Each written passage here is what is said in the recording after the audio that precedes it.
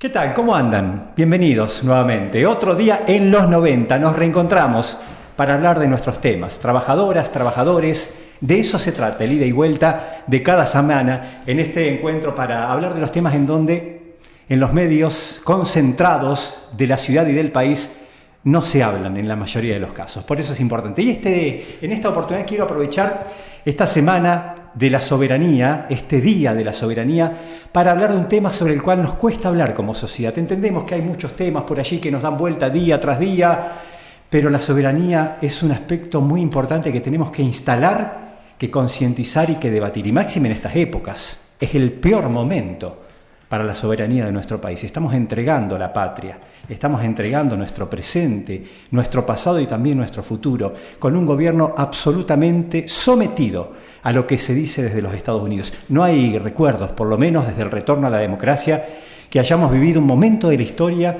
como el actual. Las noticias que recibimos, sobre todo en materia económica, vienen desde los Estados Unidos. Los voceros y los ministros están allá para decirnos cómo seguimos, pero no nos cuentan qué hay detrás de la letra chica. Y cuando tanto se busca la letra chica y tanto se esconde esa letra chica, es porque evidentemente nada bueno vendrá para el pueblo.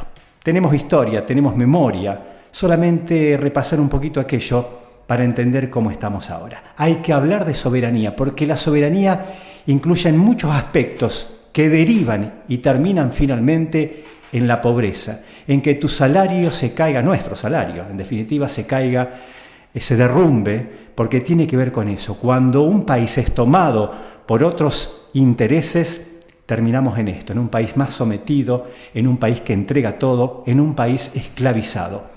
Y de eso se trata. Sobre eso están trabajando los de aquí, pero a partir de lo que les dicen los de allá. Por eso hoy quería invitar a un gran amigo, periodista, Germán Mangione, que viene trabajando hace mucho tiempo en estos temas y sobre todo en lo que es nuestro río Paraná, comercialmente llamada o mal llamada hidrovía, y sobre eso específicamente quiero hablar para que conozcamos más y para entender que por allí arranca el debate sobre nuestra soberanía y lo que tenemos que cuidar. ¿Cómo andas, Germán? Bienvenido, gracias. ¿Qué tal, Ariel? Un gustazo estar acá. Igualmente, gracias por la visita. Bueno, coincidís, se habla poco de soberanía, nos cuesta instalar el tema, qué pena, ¿no? Sí, cuesta hablar de soberanía y en todo caso cuando se habla se lo ancla en un concepto viejo, histórico, ¿no? Se puede hablar, en la escuela por ahí se habla esta semana del 20 de noviembre, de aquella batalla de la Vuelta de Obligado, se habla parcialmente, pero cuesta muchas veces anclarlo en qué tiene que ver con nuestra vida cotidiana. Claro. Ese es con el día a día. Con el día a día. Entonces, sí. La discusión por ahí que te escuchaba y coincido totalmente, está en eso, en pensar cómo vinculamos, ¿no?, ese concepto que muy lejos de ser un concepto viejo o de historia, tiene que ver con el presente y tiene que ver con el futuro. Es imposible pensar, más allá del color político, cualquier proyecto de desarrollo, cualquier proyecto de país, si primero no tenés en tus manos, como país, las palancas clave. Si no dirigís el destino del país, muy difícilmente puedes orientar un proyecto político. Uh-huh. Entonces no es un problema solamente ni siquiera es un problema específico de aquellos que abordan o la concesión del Paraná o cosas puntuales. Me parece que también... Por allí medio alejadas de la gente. Del día a día. Me parece que es principalmente lo que está atrás de todos después los titulares que vemos. Hoy pensaba cuando venía para acá, anoche aumentó nuevamente los combustibles, sí. Justo en el momento que se anuncia también la baja de retenciones para el crudo y para algunas grandes petroleras de afuera, y eso afecta cotidianamente. No manejamos, somos un país productor de hidrocarburos, y no manejamos el precio de la nafta que le ponemos a la motito. Recuerdo cuando nos decían que el valor del combustible tenía que valer $1. $1, claro. Y sin embargo pasamos ya ese dólar y lo siguen aumentando. Porque el verso continúa, ¿no? Y además ahora con el agregado de que quitaron la norma que obligaba a informar. Vos te enterás cuando vas al surtidor. Bueno, esas son cosas concretas de la soberanía. No manejás tus petróleos, no manejás tus hidrocarburos, tenés la reserva más grande del mundo de gas no convencional, pero el precio de la nafta que le pones a la motito aumenta todos los días. Exacto. Contanos, porque hubo una audiencia por el tema del río Paraná, ¿en qué estado estamos con la situación del río y quiénes lo manejan el río Paraná? Bueno, vamos a ser muy breve, pero vamos a hacer Sí. un poquito de historia para entenderlo. Viene justo para este programa volver a los 90, porque el río Paraná pasó a manos privadas a mediados de los 90, con la privatización que lleva adelante Carlos Menem. Después se mantiene durante 25 años. Cuando hablamos del río Paraná, hablamos de la administración de todo lo que pasa por el río Paraná, porque es lo que se cobra como peaje, y los trabajos de dragado y balizamiento, que lejos de ser un problema comercial o técnico, tiene que ver con sacar al Estado, sacar la mirada del Estado del río. Vos no pesás, no controlás, no sabés qué va y viene, más allá de que sea un problema de dragado, el Estado está afuera, Exacto. totalmente afuera. Y hay otros problemas, ¿no? Nosotros discutimos en Rosario el narcotráfico. Es imposible pensar en controlar el flujo de la droga que usa principalmente el río Paraná como móvil si el Estado no está. Bueno, desde hace 25 años eso estaba en manos privadas. Eso vuelve al Estado en el año 2020 o 21, no recuerdo cuándo fue 21, porque se terminó después del 2011, los 10 años que se había extendido. Durante varios años, hoy todavía se mantiene en manos del Estado, pero los trabajos de dragado, balizamiento y administración se los volvieron a dar a la misma empresa belga, Jan Denul, que los tenía hace 25 años, con la intención de volver a entregarlo a capitales privados. Eso tuvo una licitación, desde la llegada de Javier Milei, se armó una licitación totalmente amañada y armada a medida de lo que exigía la Bolsa de Comercio de Rosario, que es la que orienta los destinos de muchos de nuestros recursos y principalmente del Paraná. Estaba armado a pedido, pero por problemas internos y por una gran resistencia que hubo, me parece, de los movimientos soberanistas de toda la Argentina y del litoral. Y disputas entre ellos también, ¿eh? Y disputas entre ellos, por supuesto. Está el caso de Macri metiendo la cola, toda la disputa. Eso se cae. Esa licitación se cae y ahora anunciaron que en marzo estaría terminada la nueva licitación para en mayo entregar nuevamente. ¿Cuál es la idea? Volver a entregar a capitales internacionales la administración del Paraná y hacerlo con nuevas condiciones, con las condiciones que exigen. Luis Ubizarreta de la Cámara de Puertos Privados, los nombro porque a veces también hay que ponerles nombres. Queda en una nebulosa, ¿viste? Sí. Luis Ubizarreta, Gustavo Idígoras, que dirige la Ciara, y bueno, los grupos concentrados que representan a empresas extranjeras. Claro. Que representan intereses extranjeros. Dreyfus, europeo, Cargill, Bunge de Estados Unidos, COFCO de China, que son quienes además de ahora controlar o querer volver a controlar el río Paraná, controlan el comercio exterior. El comercio exterior en la Argentina, cuando uno dice Argentina no exporta nada. Lo exportan estos grupos y hago un paréntesis chiquito. Me dice, bueno, ¿a mí qué me importa? Dice el que está escuchando. Claro. ¿A mí qué me importa? ¿Quién exporta? ¿Quién no exporta? Bueno, eso es lo que determina, como se vio previo a las elecciones, el valor de nuestro peso. Ellos son los que deciden, ellos son los que deciden, mira, no voy a liquidar el cereal, no lo voy a vender, por lo tanto, vos no vas a tener dólares, y podemos empujar una devaluación. Y lo que está en juego es el salario de los laburantes. Claro. Entonces digo, no es que son cosas alejadas de nuestra vida. Absolutamente. Sí. Manejan el comercio exterior, quieren manejar el río y además, te hago un agregado, van al manejo del sistema de trenes. Porque ahora todo ese grupo de multinacionales está acordando la entrega del Belgrano Cargas. Digo, para tener dimensión, el 80%... Sí, cómo se orquesta todo el sistema, ¿no? El 80% que después nos termine afectando claramente. De nuestra producción sale por acá. Claro. Y de pronto, 10 empresas, 8 empresas de capital extranjero van a manejar los trenes, manejan los puertos y quieren manejar el río Paraná. No queda ningún margen de maniobra, por más buenas intenciones que haya, para ningún representante del pueblo argentino. Bueno, esa es la situación. Claro. Ahora van a eso. Para hacerlo, como entre las exigencias que tienen, es ir aumentando el calado del Paraná, porque quieren hacer algo que no se hace en ningún lugar del mundo, traer buques oceánicos, como traen ahora, llenarlos en un río interior y sacarlos directo al océano para ahorrarse unos cuantos dólares.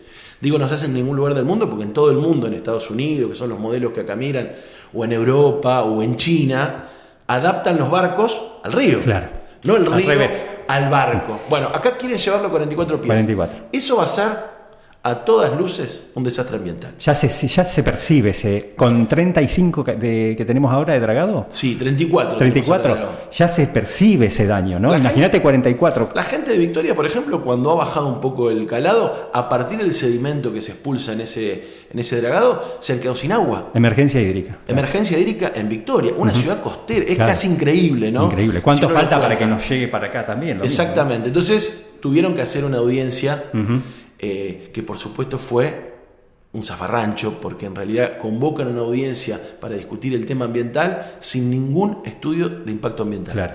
O sea, vengan a decir una formalidad. Claro. Vengan a decir lo que quieran. Hubo 260 expositores en esa audiencia que duró casi 12 horas y el 90% de los expositores planteó que estaba en desacuerdo con los pliegos de la licitación en la cuestión ambiental. Muchos plantearon inclusive la ilegitimidad de esa audiencia, pero por supuesto nosotros, por ejemplo, desde el Foro por la Recuperación del Paraná participamos diciendo eso. Bueno, esto sabemos que es una chantada. Esto es para legitimar el desastre ambiental que van a hacer, pero queremos opinar. Y ahí participamos nosotros, la gente de Remar Contracorriente, bueno, organizaciones de todos lados, ¿no? Claro, Germán. Sin embargo, el Estado está presente, por ejemplo, para hacerle las rutas que ellos destrozan a las terminales portuarias, ¿no? Digo, porque hay un gobierno que maltrata a los docentes, a los trabajadores y trabajadoras de la salud, a los jubilados, pero para esto sí hay plata, incluso endeudándose en el exterior, ¿no? Totalmente. Se firmó en la Cámara de Diputados el permiso del endeudamiento más grande de la historia de Santa Fe. Claro. Más grande de la historia de Santa Fe. ¿Y para qué es eso? Bueno, vos lo ves, yo vengo de San Lorenzo, hoy vine por la autopista que se están terminando las Tres Manos, y lo peor es que nadie oculta cuál es el fin de la inversión. Hay carteles, que siempre me llama la atención cada vez que paso, que dice, estamos haciendo obras para que los granos lleguen más rápido a los puertos. Claro. Nadie dice, es para mejorar la circulación de los santafesinos, de los sanlorencinos. Eso no hay duda. ¿Para qué es? Están haciendo las rutas. Todo el plan que presentó Puyaro ahora, hace poquito Enrico lo fue a presentar a la Cámara de Diputados, todo el plan de obra pública, lo central del plan de obra pública son los ingresos ferroviarios hacia los puertos, las rutas secundarias que van hacia los puertos y que llevan los camiones, las trazas de la autopista, las trazas de otras rutas. Digo, toda la inversión pública, lo principal de la inversión pública de Santa Fe está ahí. Mirá si no hay una cosa concreta con la soberanía, que la Bolsa de Comercio decide dónde se pone la plata. Claro. Porque aparte te digo una cosa, este plan que está llevando adelante Puyaro, si vos buscabas hace 10 años en la página de la Bolsa de Comercio de Rosario, lo encontrabas. Estaba ya. Estaba esa planificación. Como el plan de Sturzenegger, ¿era Bullrich o era Milei, pero iba a ser? Estaba armado en la Bolsa de Comercio de Rosario, necesitamos esto y esto. Ahí está. Pasa con los municipios, pasa con todos los niveles del Estado. Esa plata, como bien vos dijiste, si está ahí, no está en otro lugar. No está en los sueldos de los docentes, no está en obras públicas que se han frenado, por ejemplo, con los cortes de Milei. En San Lorenzo, tengo concretamente una parte de todo lo que tiene que ver con cloacas se frenó. Se frena. Y no hay plata de la provincia. Ahora hay incluso un planteo de la provincia, bueno, si no van a hacer las rutas, dénnosla a nosotros que le hacemos las rutas para los puertos. Sí. La hacemos la nosotros. Provincia, sí, la provincia pide, denos las rutas que la plata la ponemos nosotros. Exacto. Que en realidad la ponen tus hijos, mis hijos, nuestros nietos, en ese endeudamiento fenomenal que lo vamos a tener que pagar. Provincia productiva. Voy a saludar a Gerardo porque después me retan. ¿Cómo anda? No, ¿quién lo reta acá? Usted Messi, la gente que nos ve. Bueno. Me alegro porque tengo hinchada propia. Me dicen, sí. Bueno, saludar acá al compañero, una publicita de lujo. En este concepto que Santa Fe es una provincia productiva, que dice el gobierno provincial, pero exclusivamente para eso. Como si todas las miles de actividades y todos los miles y miles de trabajadores que estamos en Santa Fe no produjéramos nada. Totalmente. Inclusive la situación de las pymes en Santa Fe es penosa como en el resto del país, y la respuesta de la provincia, por ejemplo, a la crisis industrial, porque Santa Fe vive una crisis industrial total. Exacto. Total, sí. De maquinaria agrícola, la cuenca no láctea. Se salva nadie. No se salva nadie. Bueno, salva algún grupito ahí. ¿Qué dice el gobierno de la provincia ante esto?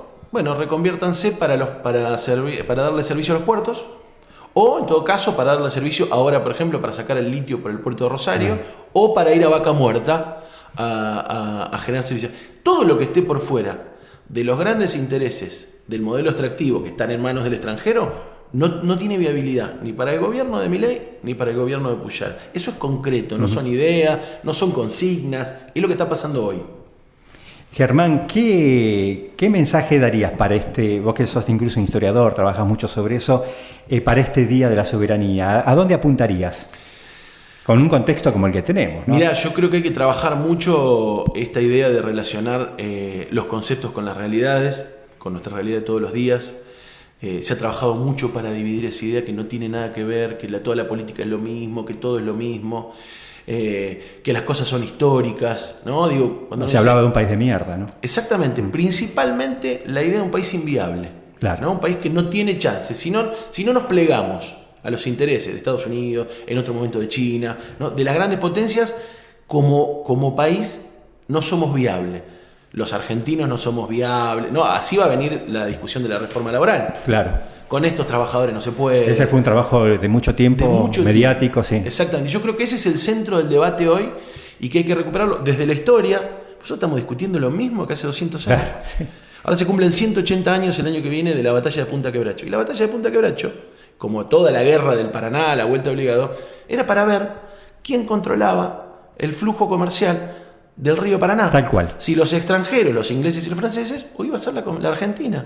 Digo, estamos discutiendo lo mismo, no es un problema histórico, no se resolvió y hoy tenemos, pero como bien vos dijiste, yo creo que yo no tengo memoria de una entrega tan a puertas abiertas o tan... Mirá que en la historia hubo casos, pero... Total. Digo, una participación tan fuerte de Estados Unidos en la campaña electoral. Tan abierta. Claro. Y cómo los resultados que tuvo, porque la gente votó eso. Totalmente. Y uno puede pensar hasta en la dictadura con la influencia extranjera y todo, pero nunca fue, siempre hubo hasta un verso, si no lo estamos haciendo. Sí, ahora acá te lo dicen. No hay chance. Bueno, me parece que hay que trabajar sobre eso, trabajar sobre los pibes, porque después hay un concepto que nosotros repetimos mucho, que es muy difícil defender algo que no querés. Y es muy difícil querer algo que no conoces. Claro. Entonces, yo lo he vivido en San Lorenzo, vos hablás con la gente, cuando hemos llevado el mapa ese gigante que hemos hecho de los puertos, con las banderitas, que era simplemente eso, contar lo que es. Una gran parte de los que vivimos ahí no lo conocían. ¿No? Entonces, hay una parte que hay que hacer conocer, la docencia patriótica, ¿no? Tienen algo armado sobre la docencia, ¿no? Para los chicos. Sí, hemos trabajado el sitio, y de paso pasó el chivo ahora para estos días para las escuelas, puntaquebrachohistoria.com.ar, puntaquebrachohistoria.com.ar, un sitio donde recuperamos la historia de Punta Quebracho, que es la batalla principal de la guerra del Paraná, y que no existe en la currícula de las escuelas, pero no de las escuelas del país. De las escuelas de nuestra región no existe. Está bien que en Buenos Aires nunca existe lo que pasó fuera de Buenos Aires, pero acá tampoco. Punta Quebracho lo pasamos mucho por encima rápido. Rápido. Y sin embargo se definió ahí. Claro. ¿No? Ahí se construyó la soberanía argentina y la soberanía sobre el río. Bueno, hicimos con docentes de la región, con investigadores, con músicos inclusive, hicimos un trabajo multimedia que se puede ver ahí, armado con dinámicas para el aula. Que los chicos puedan ver, está lindo hecho para el celular, para que se pueda ver en el celu, con videos, animaciones. Mirá qué bueno. Y que después se pueda trabajar ahí. Buenísimo. Gracias, Germán, por la visita. No, gracias a ustedes. Un placer. Germán Mangione, clarísimo, a propósito de este Día de la Soberanía, en estos días precisamente, y la importancia que tiene, que claramente lo pongamos como un debate. Los medios no te lo van a mostrar, no te van a hablar, porque precisamente quienes manejan los medios son los mismos que tienen estos intereses que Germán nos acaba de explicar tan claramente. Suscríbanse, 1803 Radio, la radio en donde hablamos entre trabajadoras y trabajadores. Hasta la próxima.